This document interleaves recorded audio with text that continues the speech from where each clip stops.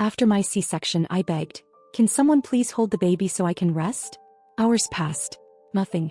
The next morning, my mom posted, "The best family vacation." 6 weeks later, still weak and bleeding, my phone exploded, 88 missed calls, and a message from sister, "We need $5,000 now."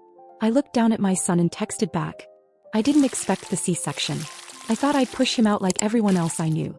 But after 17 hours of back-to-back contractions and no dilation, the doctor came in with that calm voice that makes you feel worse somehow and said we had to go to surgery.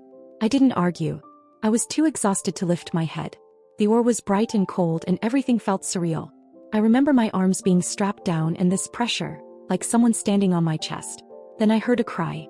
My son's first sound in the world, and I couldn't even move to see him. They brought him to my face for a second, then whisked him away as they stitched me up. When I woke up in the recovery room, everything felt heavy. My arms, my legs, my head. The nurse placed him gently on my chest and said something cheerful I didn't catch. I couldn't focus. I whispered, "Can someone hold him for me just for a little while? I need to sleep." She looked around and said, "I'll go check if your family's here." But I already knew they weren't. Brandon was there. My ex.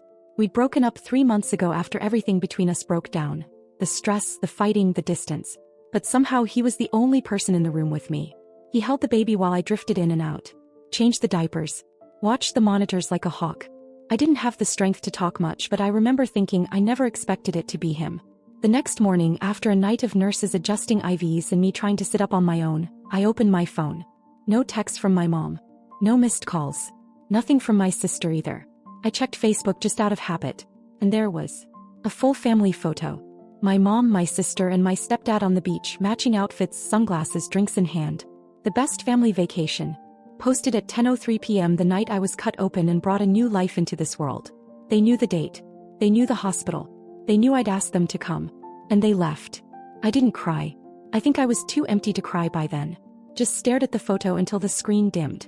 Brandon came back into the room with coffee. He sat down, held the baby, and told me to go back to sleep.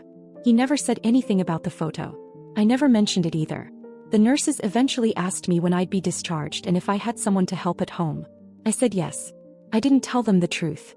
That my mother hadn't even called. That my sister didn't even check in. And then 6 weeks passed. I was still weak. Still bleeding. Barely sleeping. Part 1 has ended. To watch the full story, please go to our channel's homepage and look for the video title that matches the content shown in the picture, and you will find the full story video. Thank you for listening, and we apologize for this inconvenience.